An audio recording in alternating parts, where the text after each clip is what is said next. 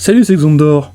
Petite vidéo rapide à l'arrache pour parler de la nouvelle série Star Wars, à la mode du moment. Je parle bien sûr de Obi-Wan Kenobi, disponible sur Disney+. Nous sommes actuellement à l'épisode 5 de la saison 1, et mercredi prochain sortira le 6e et dernier épisode de cette série. Enfin, du moins de la saison 1. Y aura-t-il une saison 2 ? Je ne l'espère pas personnellement, mais sait-on jamais. Alors je vais être honnête avec vous. Cette série est peut-être l'un des rares projets Star Wars pour lequel j'avais un peu de hype. Mais tout ceci est vite retombé, quand j'ai fini par comprendre les vraies motivations derrière cette série. Mais on y reviendra plus tard. Bon, je ne vais pas faire épisode par épisode, mais un résumé global de ce que j'ai compris jusque-là. Nous sommes, chronologiquement, à peu près une dizaine d'années après les événements du film Star Wars épisode 3, La Revanche des Sith, qui se déroule en moins 19. Nous sommes également une dizaine d'années avant les événements du film Star Wars épisode 4, Un Nouvel Espoir. Obi-Wan surveille de loin le jeune Luke Skywalker grandir dans la ferme de Owen et Beru Lars. Obi-Wan tente comme il peut de cacher son passé de Jedi face à l'Empire et les Inquisiteurs qui le traquent. Un jour, Obi-Wan reçoit la visite du sénateur Bail Organa, qui vient lui demander de son aide pour sauver sa fille adoptive, Leia, qui n'est autre que la fille de Padmé et Anakin Skywalker, Dark Vador. Si au départ Obi-Wan est un peu réticent, il finit par se laisser convaincre et va tenter de sauver la jeune Leia. Bref, Obi-Wan sauve Leia, mais il finit par tomber dans un piège, qui en fait était un piège tendu par l'inquisitrice Reva. Reva qui souhaite avant tout impressionner Dark Vador. Obi-Wan affronte Vador, mais il n'est pas au sommet de sa forme. Dark Vador arrive à brûler le bras d'Obi-Wan dans le feu. Obi-Wan est sauvé par de justesse par Tala et son droïde. Cependant, ce sauvetage n'empêche pas la jeune Leia de se faire capturer par l'inquisitrice Reva. Enfin, c'est capturé à nouveau, parce qu'elle était déjà capturée une fois, elle se refait capturer. Après avoir été soigné dans une cuve à Bacta sur la planète Jabin, Obi-Wan et Tala infiltrent la base sans défense des Inquisiteurs. Aussi tendrement que dans du beurre. Je l'ai pris à Face, et je l'ai saigné. Et c'était aussi tendre que du beurre.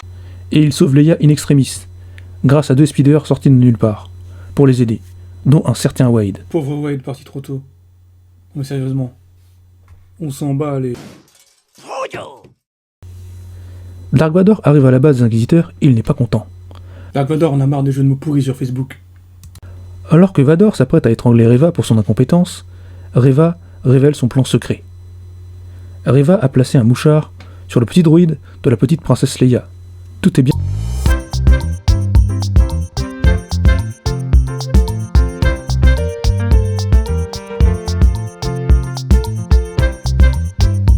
L'épisode suivant, les rebelles se réfugient sur la planète Jabin. Planète tirée des comics Legend, je le rappelle. Va-t-on faire un lien ou une référence à ce comics ? Bah non, pourquoi ? On s'en... Dark Vador nomme Reva Grande Inquisitrice à la place du Grand Inquisiteur que l'on croyait mort.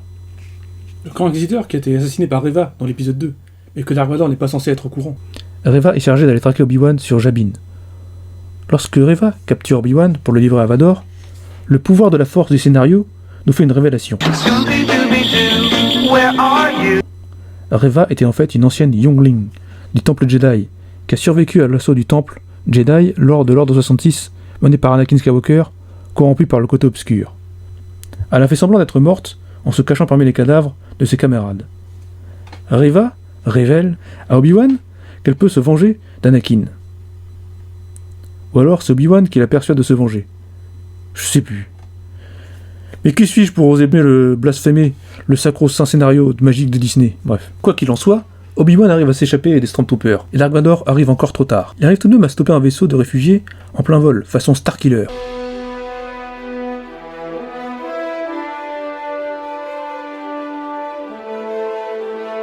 Mais ce n'était qu'un leurre, le vrai vaisseau arrive à s'échapper lui. Ils sont quand même pas très malins les impériaux, hein. Ils auraient pu au moins laisser un destroyer au-dessus des portes du hangar.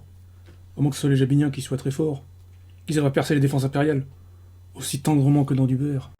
Je l'ai pris à Face, et je l'ai saigné. Et c'était aussi tendre que du beurre. S'ensuit alors un duel entre Reva et Dark Vador. Vador n'utilise même pas son sabre laser. Ce duel est ponctué en parallèle d'un flashback entre Obi-Wan et Anakin lors d'un duel d'entraînement au sabre laser, se déroulant approximativement aux alentours des événements du film Star Wars épisode 2, l'attaque des clones. Tout comme Obi-Wan qui maîtrise Anakin sans son sabre laser, Vador maîtrise Reva, il finit par la transpercer avec son propre sabre laser. C'est alors le moment des révélations. Le grand inquisiteur qu'on croyait mort n'est pas mort. Je l'ai fait exprès de dire que j'étais mort. Ah bah je m'en serais jamais douté. Mais c'est vrai que c'est un peu bizarre parce que le grand inquisiteur, il est présent dans la série Rebels. Et la série Rebels, ça se passe après la série Obi-Wan. C'était un peu bizarre quand même. Le grand inquisiteur apparaît derrière Dark Vador. Vador révèle à Reva qu'ils savaient tous les deux qui elle était et qu'ils l'avaient manipulée depuis le début. L'épisode se termine sur Reva qui découvre un message holographique à l'intention d'Obi-Wan de la part du sénateur Bail Organa, qui laisse sous-entendre qu'il avait essayé de porter secours à Luke sur Tatooine. Et on termine avec un plan plein visage d'Obi-Wan qui a ressenti les émotions de Reva quand elle a découvert le message. Obi-Wan dit à tout le monde que tout va bien, alors qu'on sait, nous spectateurs, qu'il est en panique. Obi-Wan doit à tout prix retourner sur Tatooine.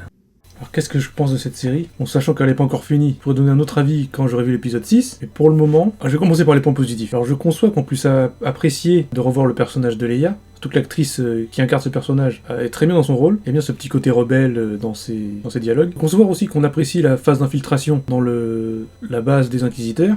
J'ai vu beaucoup de youtubeurs qui disent que ça fait penser au jeu Jedi Fallen Order. C'est clairement ça, c'est dans le même univers déjà, donc, et puis c'est la même base. Mais moi personnellement, ça m'a plus fait penser à la série de jeux Dark Force, en particulier les jeux Jedi Knight. Et il faut savoir que les créateurs du jeu Jedi Fallen Order sont clairement inspirés du jeu Jedi Knight pour faire leur jeu. Et je trouve que le vieux Obi-Wan qui reprend du service, un vieux Obi-Wan qui a du mal à réutiliser la force, ça me fait clairement plus penser au vieux Kakatarn qui reprend du service qu'un jeune Cal Kestis dans le jeu Jedi Fallen Order. Et j'apprécie beaucoup aussi la façon dont Obi-Wan découvre qu'Anakin n'est pas mort. Parce que dans l'épisode 3, Obi-Wan pense qu'il a laissé Anakin sur Mustafar. Et je vois beaucoup, je dis, de youtubeurs qui... Enfin, pas forcément des youtubeurs, mais des critiques qui voient le fait que Dark Vador affronte le vieux Obi-Wan dans la série, c'est une incohérence. Alors qu'en fait, pas du tout. Parce que... Justement, ça donne plus de cohérence parce qu'on sait que Obi-Wan, dans l'épisode 4, il sait que Dark Vador est vivant. Mais il affronte même Dark Vador. Mais il sait que c'est une machine. Et dans l'épisode 6, le fantôme d'Obi-Wan, il dit à Luke, oui, ce que je t'ai dit, c'était vrai, mais d'un certain point de vue. Il dit maintenant, c'est plus une machine qu'un homme. Parce qu'il a vu de ses propres yeux. C'était plus une machine qu'un homme. C'était pas le Anakin qu'il a laissé sur Mustafar.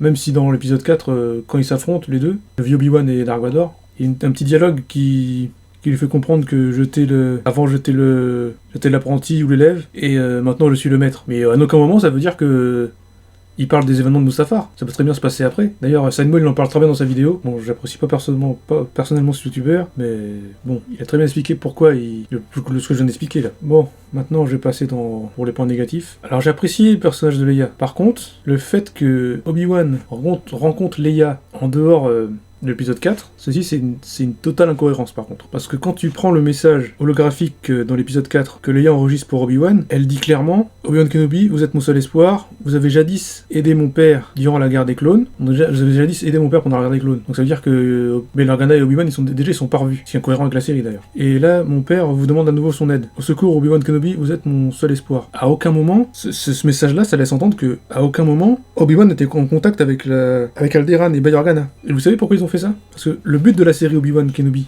c'est pas de faire un lien entre la fin de l'épisode 3 et le début de l'épisode 4. Non, le but de cette série, c'est le fait de rendre cohérent et de valider le fait que plus tard, Leia appellera son fils Ben dans les films de la postlogie. C'est pas pour rendre cohérent avec l'épisode 4, cette série. C'est pour rendre cohérent avec leur propre trilogie à eux. Et je vais vous dire un truc, connaissant Disney, je suis persuadé qu'à un moment ou à un autre, ils vont rebooter la trilogie originale. Je sais pas quand, mais il y a trop de choses qui sont cohérentes avec leur univers. Déjà, je vais sortir de la série Obi-Wan là, mais le fait que Ahsoka Tano ait survécu à l'O66 et que ce personnage soit présent, enfin soit vivant durant les événements de la trilogie originale, rien que ça pour moi c'est une incohérence. Alors je comprends que beaucoup de fans aimaient le personnage d'Ahsoka dans la série Clone Wars, et je comprends que tous ces fans pensent que Dave Filoni est le fils spirituel de George Lucas, un point de vue que je ne partage pas du tout avec vous. Et le fait que ces fans apprécient énormément le personnage d'Ahsoka, et connaissant Disney, ils ont écouté leurs fans, ils ont fait revenir le personnage d'Ahsoka dans la série Mandalorian. La série Mandalorian qui se situe après le retour du Jedi. Hein. Et que faisait Ahsoka pendant tout ce temps? J'attendais mon caméo pour la série Mandalorian. Pourquoi? Enfin bref. Revenons à la série Obi-Wan. Hein. Il y a aussi un truc qui me dérange dans la phase d'infiltration, l'exfiltration. Un peu trop facile. Je veux dire, dans la base, on voit qu'on nous présente la base, on voit un hangar avec plein de TIE Fighters. Et là, t'as deux airspeeders qui arrivent à sauver les héros et à repartir. Bon, il y en a un qui se fait tuer, mais ils arrivent à repartir sans problème. C'est un petit peu facile quand même, non? Également, qu'autre chose qui me dérange dans cette série, c'est l'utilisation de la planète Jabin, qui ne sert dans la série que de décor. Parce que la planète Jabin, elle apparaît dans ce comics, de l'univers Legend, le comics Clone Wars, qui n'a rien à voir avec la série The Clone Wars, et qui est beaucoup mieux que la série The Clone Wars, je précise. La planète Jabin apparaît dans ce comics, mais également dans ce comics, plus tard, dans les événements de la trilogie originale. La planète Jabin est très importante pour le personnage d'Obi-Wan et d'Anakin. Car la planète Jabin, Anakin Skywalker pense avoir perdu son maître, Obi-Wan, dans cette explosion. Obi-Wan qui, bien sûr, comme vous avez vu les films, Obi-Wan n'est pas mort, mais il a été capturé par Asajj Ventress, qui s'amuse à le torturer. Et durant ces événements, le padawan Anakin Skywalker n'a plus maître Jedi, et commence petit à petit à sombrer dans le côté obscur, en pourssachant des hommes des sables, et en s'attaquant à un personnage très important dans l'univers Legend, un personnage qui n'est pas un homme des sables, mais qui a vécu avec les hommes des sables, qui couvre son visage avec un masque d'homme des sables. Un personnage... Ce personnage, que les lecteurs de l'univers Legend connaissent pour les comics Star Wars Legacy. Bref, ce personnage est très important. Enfin, la planète Jabin est très importante pour les personnages d'Anakin et d'Obi-Wan dans l'univers Legend, mais également dans ce comics, où le jeune Luke Skywalker doit affronter les répercussions de ce qui s'est passé sur la planète Jabin par rapport à son père, le général Skywalker, par rapport à ce qui s'est passé sur Jabin, parce que Luke Skywalker n'est pas au courant que Dark Vador c'est son père. Que ces événements se situent entre l'épisode 4 et l'épisode 5. Il comprend pas ce qui s'est passé sur Jabin. Et ça, la série The Clone Wars, et en particulier la série Obi-Wan Kenobi, il nous parle de Jabin, mais c'est juste un arrière-fond. En fait, c'est juste pour faire un clin d'œil pour les fans. Mais on s'en bat les couilles, en fait. Et ça me fait pas plaisir. C'est comme si j'avais rempli une case. Ah, on va faire ça Jabin, ça va faire plaisir aux fans, mais...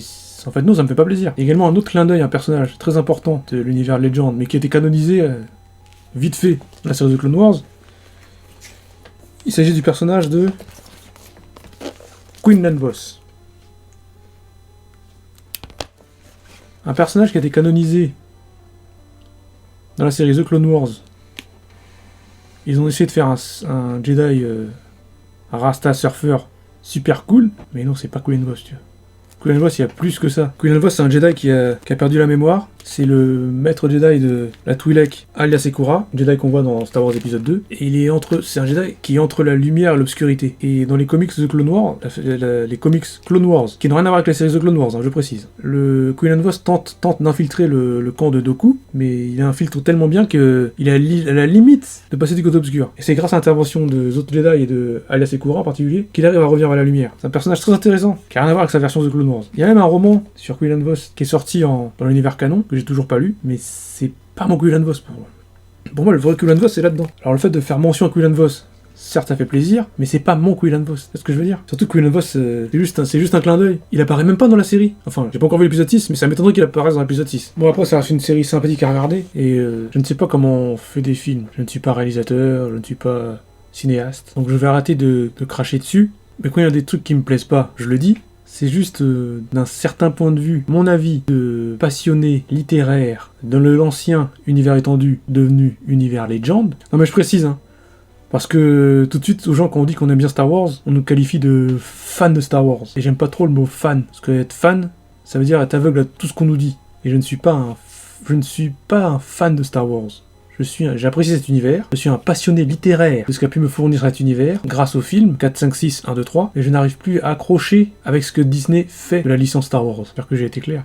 Tu as été un bon apprenti, Obi-Wan. Et tu es bien plus sage que moi, c'est certain. Tu seras un grand chevalier Jedi.